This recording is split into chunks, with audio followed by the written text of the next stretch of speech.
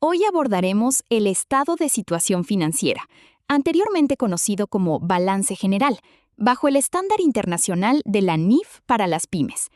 Como directores, administradores, ingenieros o asesores legales, ustedes necesitan comprender que este informe no es un mero entregable para la administración tributaria. Es una radiografía médica, una foto exacta que revela de dónde obtuvo la empresa sus recursos y en qué los ha invertido hasta una fecha determinada.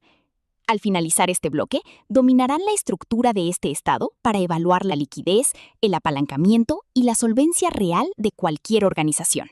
El pilar fundamental sobre el que se edifica toda la arquitectura financiera global es la ecuación contable.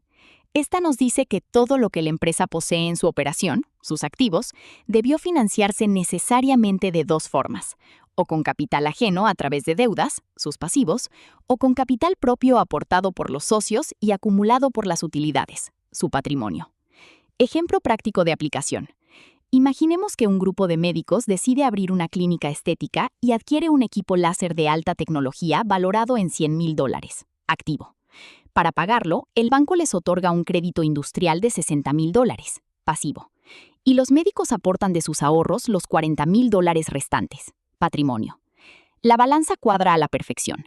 $100,000 en bienes controlados se sostienen sobre $60,000 de riesgo con terceros y $40,000 de fondos propios. Comprender este equilibrio es vital para evaluar qué tan expuesto está el negocio ante sus acreedores. El mundo está lleno de recursos financieros que vemos en distintos lugares y de distintas formas. La contabilidad se encarga de agrupar estos recursos conforme a elementos como la forma en que generan beneficios, el uso que se les da, entre otros. La norma no establece una clasificación de partidas en sentido estricto. Sin embargo, propone algunas partidas denominadas generales que pueden servir de guía para que la empresa organice la información financiera.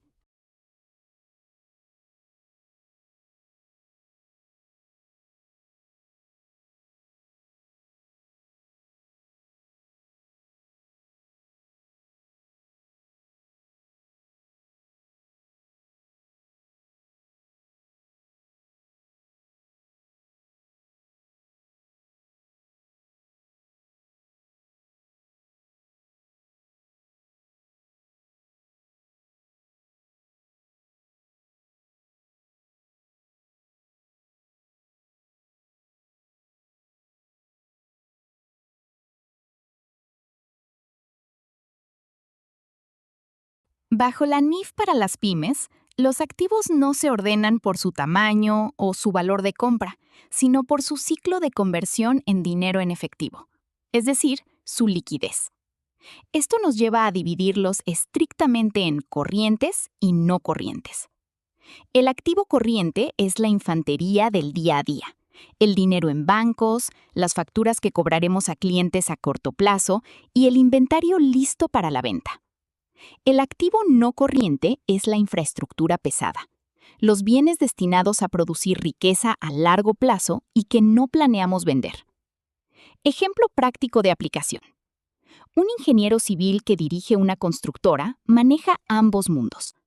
El cemento, las varillas de hierro y las oficinas modulares que están en el inventario para la obra en curso representan el activo corriente, porque rotarán en pocos meses.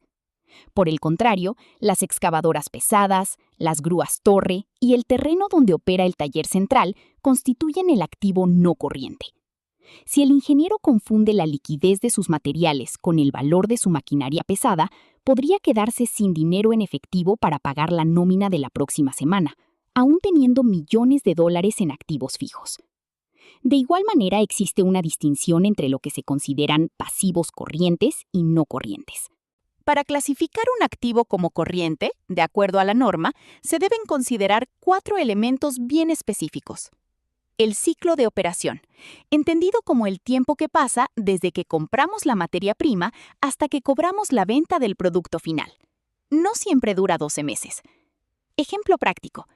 Pensemos en una empresa de logística y transporte que compra repuestos para su flota, o una constructora que desarrolla un proyecto inmobiliario que tarda 18 meses.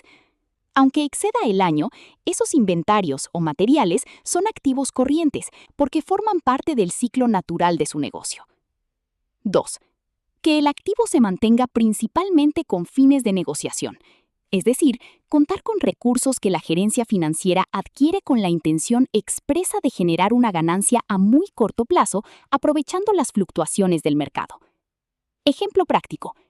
Una empresa tiene un excedente de caja temporal y el gerente financiero decide comprar acciones en la bolsa de valores o criptoactivos con la intención de venderlos la próxima semana cuando el precio suba. No se compraron para conservarlos, sino para especular y negociar de inmediato. 3. Si el derecho de cobro o la liquidación del activo va a ocurrir dentro del próximo año, es corriente. Ejemplo práctico. Las cuentas por cobrar a clientes con plazos de pago a 30, 60 o 90 días. También aplica para un pagaré o préstamo a corto plazo que la empresa le otorgó a un tercero y que vence en 6 meses. 4. Si es efectivo o equivalente de efectivo, esta es la liquidez inmediata de la organización. Es el dinero disponible para pagar nóminas, proveedores o servicios hoy mismo. Ejemplo práctico. El dinero depositado en las cuentas corrientes o de ahorros del banco, el dinero en la caja chica de la oficina, o inversiones de altísima liquidez, como un depósito a plazo fijo a 28 días, que se puede convertir en dinero de forma casi instantánea y sin penalizaciones. La clasificación de los activos no es caprichosa. Permite a la gerencia conocer la verdadera liquidez con la que cuenta la organización para operar en el día a día. Si un activo no encaja en ninguna de estas 4 casillas, como la maquinaria o un edificio médico, automáticamente pasa a ser un activo no corriente. Pasemos al lado derecho de la balanza, las obligaciones. Al igual que los activos, los pasivos se dividen con base en el tiempo. El pasivo corriente exige liquidación inmediata, habitualmente dentro de los 12 meses del ciclo operativo. Incluye las facturas de proveedores de materia prima, los impuestos de vengados y las obligaciones laborales. El pasivo no corriente nos otorga oxígeno, brindándonos plazos mayores para financiar proyectos de gran envergadura. Ejemplo práctico de aplicación. Un administrador de empresas adquiere una franquicia hotelera. Si financia la compra del inmueble, $500,000, utilizando líneas de crédito de sobregiro bancario a 90 días, pasivo corriente, estará cometiendo un error técnico de gestión colosal. El hotel tardará años en generar el flujo necesario para pagar esa inversión. La estrategia correcta exige calzar los plazos. La infraestructura a largo plazo se financia con pasivos no corrientes, por ejemplo, un crédito hipotecario a 10 años, dejando el pasivo corriente exclusivamente para la operación ligera del día a día.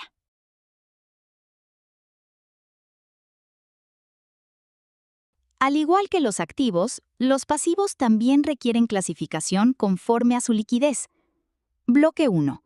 Las deudas operativas de corto plazo, acreedores comerciales. Explicación del caso. En el día a día de cualquier negocio, la primera gran fuente de financiamiento proviene de quienes nos proveen bienes y servicios. Las cuentas por pagar a proveedores o acreedores comerciales pertenecen por naturaleza al pasivo corriente. La justificación es puramente operativa. Se espera liquidar o pagar estas deudas dentro del ciclo normal de operación de la entidad, usualmente en plazos que van desde los 30 hasta los 90 días. Bloque 2. Las deudas de estructura financiera. Préstamos bancarios. Cuenta mixta. Explicación del caso. Cuando una empresa solicita un financiamiento a largo plazo con una institución financiera, nos encontramos ante una cuenta mixta. Esto significa que la deuda no se puede lanzar por completo a una sola categoría. La regla matemática y gerencial es clara. La porción del capital que vence dentro de los próximos 12 meses se debe reclasificar como pasivo corriente, ya que exigirá liquidez inmediata. El saldo restante, que se pagará en los años posteriores, se mantiene como pasivo no corriente. Bloque 3. La regla especial de la normativa. Pasivos por impuestos diferidos. Explicación del caso. Finalmente, existen componentes contables donde la norma técnica elimina cualquier ambigüedad mediante una regla especial. Este es el caso de los pasivos por impuestos diferidos, que representan impuestos que la empresa pagará en periodos futuros debido a diferencias temporales entre la utilidad contable y la fiscal.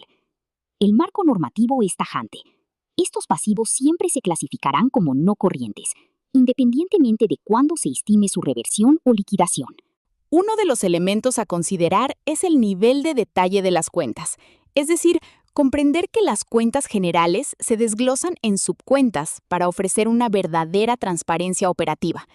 La normativa contable exige cuentas generales básicas, como el párrafo 4.2.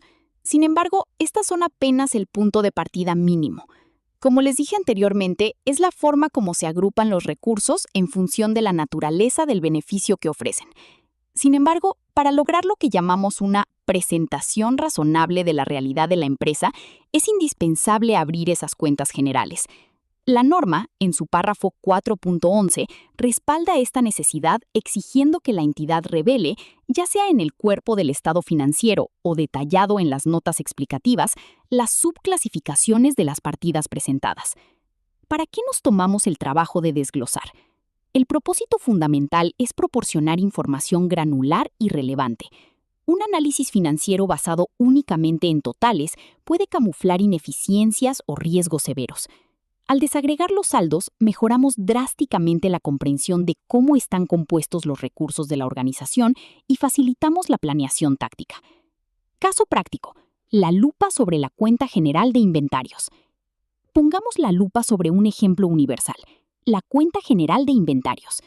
Si un balance solo muestra la cifra total de inventarios, la gerencia está a ciegas. Para que esa información sea útil, la normativa y la práctica financiera nos piden dividirla en al menos 3 subcuentas esenciales. Subcuenta 1, mercaderías o producto terminado. Bienes listos y disponibles para la venta inmediata que generarán ingresos directo a caja. Subcuenta 2, productos en proceso. Bienes que están a mitad de la cadena de producción, acumulando costos de mano de obra y manufactura, pero que aún no se pueden comercializar. Subcuenta 3, materias primas. Los insumos básicos almacenados que esperan ser introducidos al proceso productivo. En nuestros ejercicios daremos estas subcuentas que ustedes ven aquí, y su trabajo será agruparlas bajo una cuenta general, que mostrarán conforme al párrafo 4.11 en las notas a los estados financieros.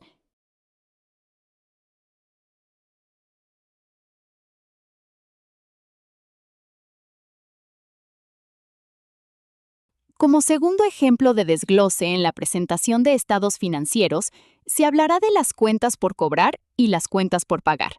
Basándonos en los requerimientos específicos de los párrafos 4.11b y 4.11d de la NIF para las pymes, estudiaremos la obligatoriedad de separar los saldos según el tipo de contraparte. Bloque 1. El requerimiento normativo. Explicación. La normativa internacional establece que es estrictamente fundamental distinguir entre las transacciones comerciales realizadas con terceros independientes y aquellas efectuadas con partes relacionadas. El objetivo técnico de esta separación es permitir a los usuarios del estado financiero evaluar la naturaleza de las operaciones y detectar la existencia de posibles conflictos de interés que afecten la situación financiera de la entidad. Bloque 2. Estructura de las cuentas por cobrar. Explicación. En el rubro de los activos, las cuentas por cobrar no deben presentarse como un saldo único.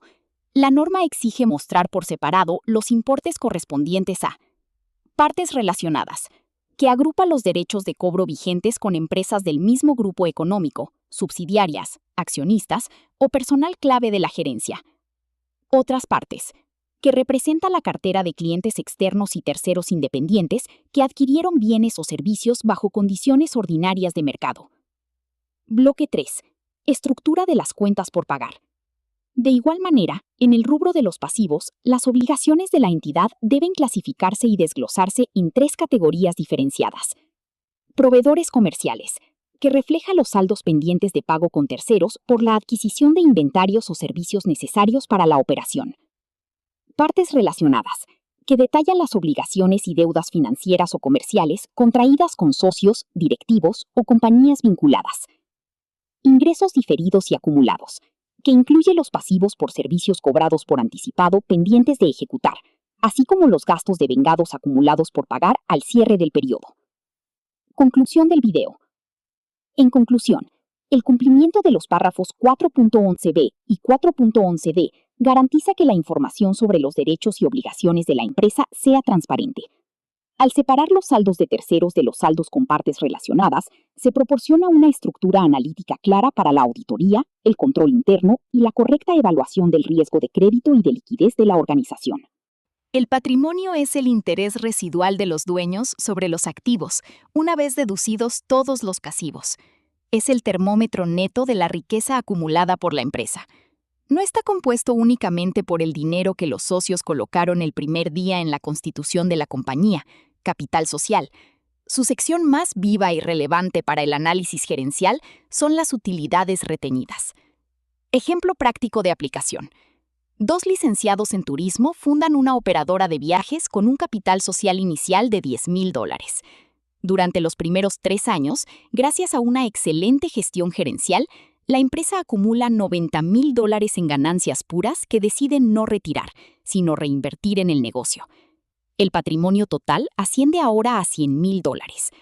Si un inversionista externo desea comprar la empresa, no evaluará el negocio por los $10,000 del documento constitutivo original, mirará el patrimonio total de $100,000, pues comprende que las utilidades retenidas demuestran la capacidad real del modelo de negocio para autofinanciarse y multiplicarse sin depender exclusivamente de préstamos bancarios.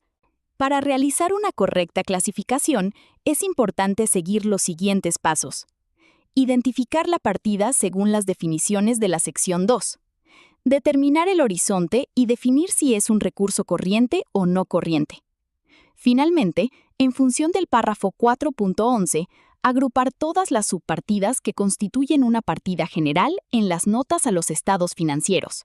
La sección 4 se sustenta en 4 principios fundamentales. En primer lugar, prevalece la relevancia de la información financiera sobre la rigidez del formato. La transparencia de la información financiera está en los detalles del desglose de las subcuentas en las notas, de tal manera que esto no es opcional, sino por el contrario, es fundamental para revelar la verdadera naturaleza de los saldos. La distinción entre corriente y no corriente es la base para evaluar la supervivencia a corto plazo de la entidad.